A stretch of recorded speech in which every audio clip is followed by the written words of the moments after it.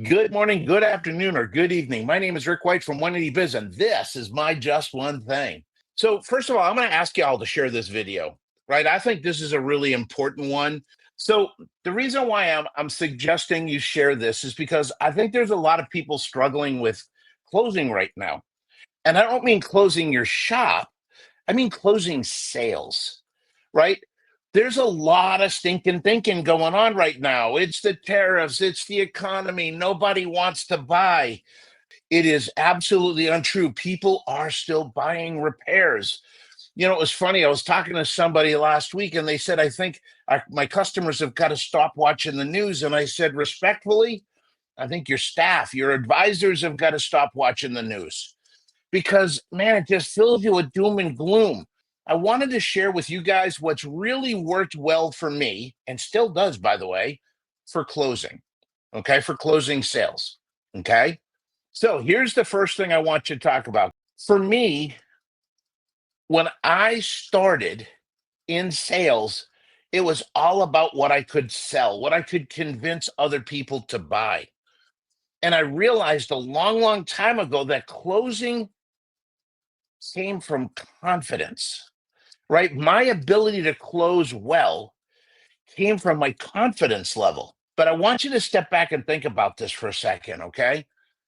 I truly believe that confidence is a killer for closing.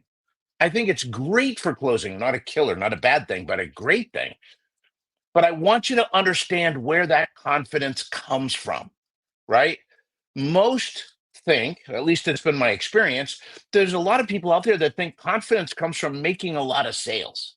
And to a degree, that does, right? But the focus is everything. And that's where my confidence comes from. See, there's two different kinds of focus you can have. You can you can focus on fear, right? And you can focus on rejection, right? That's the problem. Fear, it comes from rejection, and it comes from not making the sale, failing, right? So you get that fear that kind of comes up before you make a call or you talk with somebody. That fear is coming, either a fear of being rejected or a fear of failing. So here's what I want you to do real quick. When you have fear, who are you focused on? When you're afraid, who are you focused on? Think that through for just a second. Put it in the comments. So here's what I want you to understand. The moment you can take yourself out of the picture when it comes to closing, it changes the game.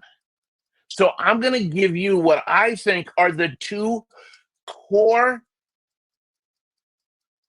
factors in being a great closer. Number one, and first and foremost, is caring. You got to care about them. You got to listen to them. For you, it's a car. To them, it's their life. You don't know what's going on. And you can start to dig in a little bit if you're just willing to tilt your head a little bit and listen, right? But the first thing you got to do is be caring. You got to care about them. Because for me, caring equals confidence. Because it's not about me, it's about you. Does that make sense? Here's the second part of this that's really amazing, it's curiosity. Stop trying to show people you're credible. Stop trying to prove you're good enough. Instead, be curious. Nobody cares how much you know. Nobody cares how much you can talk about. Nobody's going to listen to you until they feel listened to. That's something worth writing down. Nobody's going to listen to you until they feel listened to. And this is something I've really got to work on sometimes in my personal life. I'm pretty good with it, in my professional life, and dealing with the rest of the world. I got to do a better job on the inside with my inner circle, if you know what I mean. So what do you got here? After presenting all the good, along with any investment opportunities and backing up with amazing stuff, right, is to ask for the sale. That's it. You just let them know. And honestly, for me, asking for the sale is, would you like me to help you? Right? That's the way I see asking for a sale. Would you like me to help you? See, because when you're afraid, right? When you're fearing rejection, or you're completely focused on making a sale, right? Dollars, the world stops at the end of your nose. And there's this concept called perception of self-interest. When your perception of self-interest is high, resistance is going to be high because people can sense it. Okay.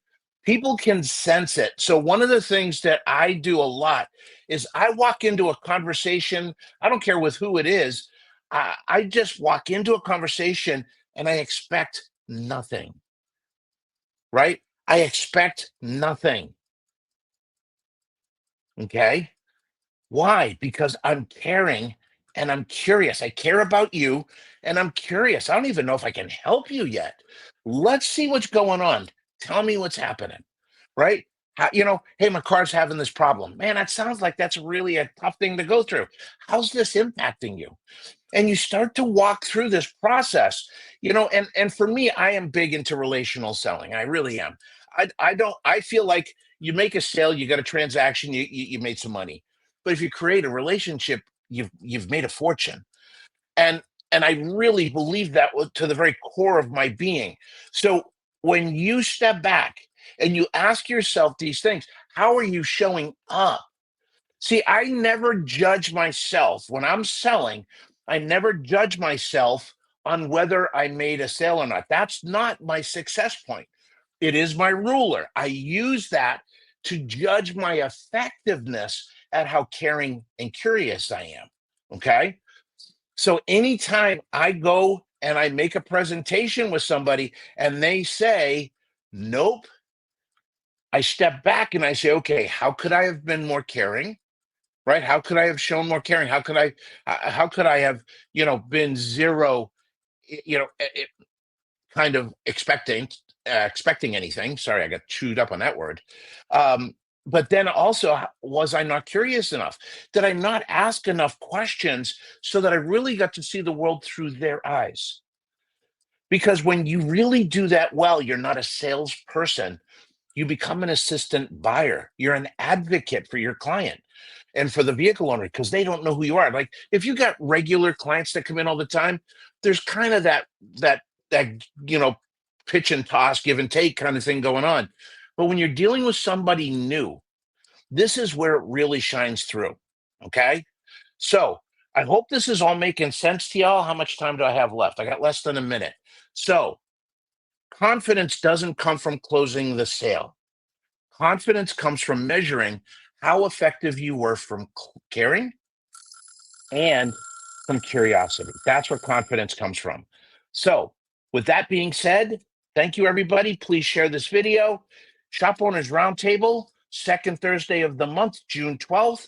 Love to have you in there, 7 p.m. Eastern. And also, we have our Pocket Business Genius webinar series, which is really awesome. Would love to have you in there. Any questions? We have links. Feel free. Let's rock and roll. Everybody, I want you to have a great week and I want you to go make some money. Take care, everybody. Bye bye.